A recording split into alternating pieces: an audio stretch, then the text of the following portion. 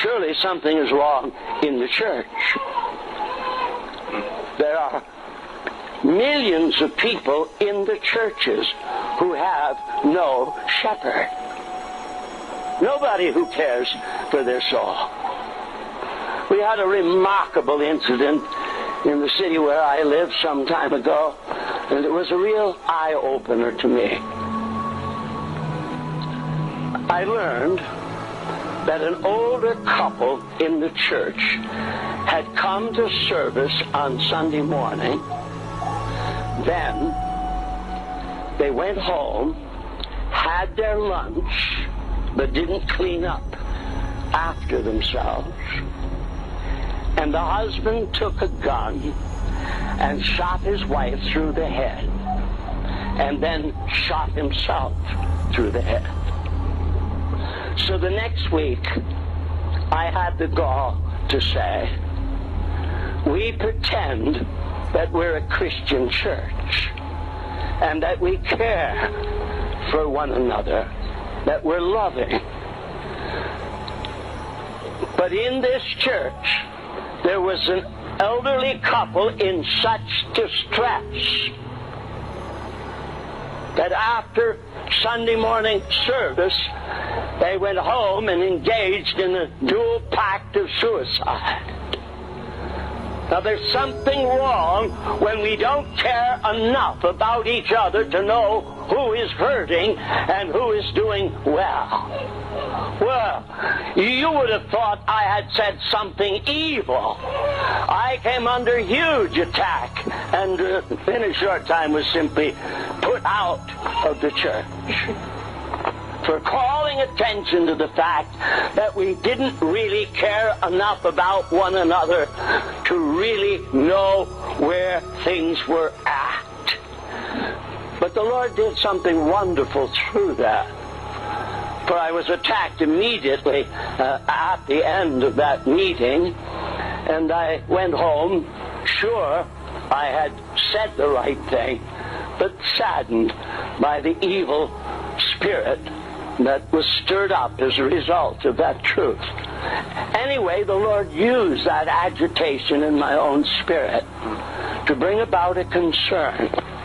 So throughout Sunday afternoon, I was struggling with a situation. My wife had somehow, in the course of things, met a student at the college. We're right next door to Wheaton College, our home and our office. And she had met this student, and she had invited him to our home perhaps 6 times or so. And that afternoon, as I was struggling with this issue, it dawned on me. We've extended American hospitality to this boy from Nigeria, but not what could be called true Christian fellowship. So late in the afternoon, I sought out my wife and I said, Maggie, I've been very agitated about our friend Tunji. I feel very deeply we need to have him here quickly, and we need to extend to him Christian fellowship. Well, she said, that you mentioned that. He's been on my mind all afternoon. Well, I said, get right away on the phone and see if you can reach him. Well, she did. And came on Tuesday. So we had dinner together. And then he and I sat down in the living room while Maggie was finishing up in the kitchen. And he was seated in one of those swivel rockers, you know what I'm describing. And I said to him, now, Tunji, I want to apologize to you, because over the weeks past, we have extended American hospitality to you, but not Christian fellowship. And I've been very convicted about that. And we've asked you to come specifically today, because it's urgent that I ask you, how are you doing spiritually? Have you been making progress? Tell me where you're at with the Lord. Suddenly, this black boy broke into wild songs. Seated in this swivel rocking chair, the whole chair began to vibrate and shake. He was sobbing with such tremendous passion, and he kept a wail going that it took me quite a while to figure out. Finally, I understood what he was saying. No man cares for my soul. He said that over and over.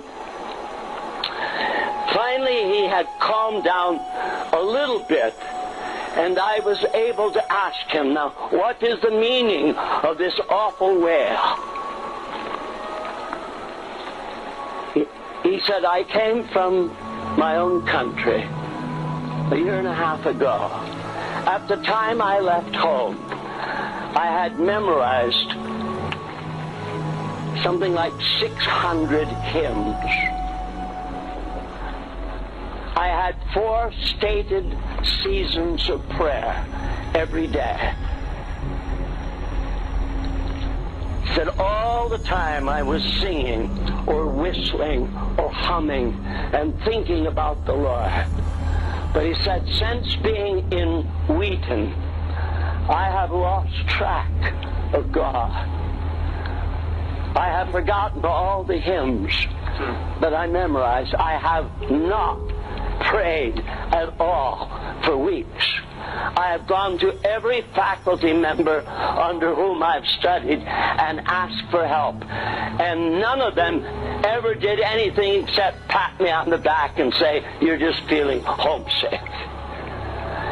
And he said, on Sunday, I determined to finish my life off.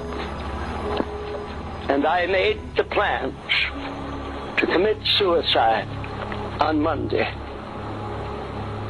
But when the phone rang, and your wife said, this is Maggie, he said, suddenly a ray of hope gripped me. And I'm grateful to say that boy was revived and he returned to his own country in victory. But I'm telling you, we've got a sham that we call Christianity. We don't really care about one another by and large. We don't know where people are at spiritually. We can have people all around us who are sinking under the weight of sin.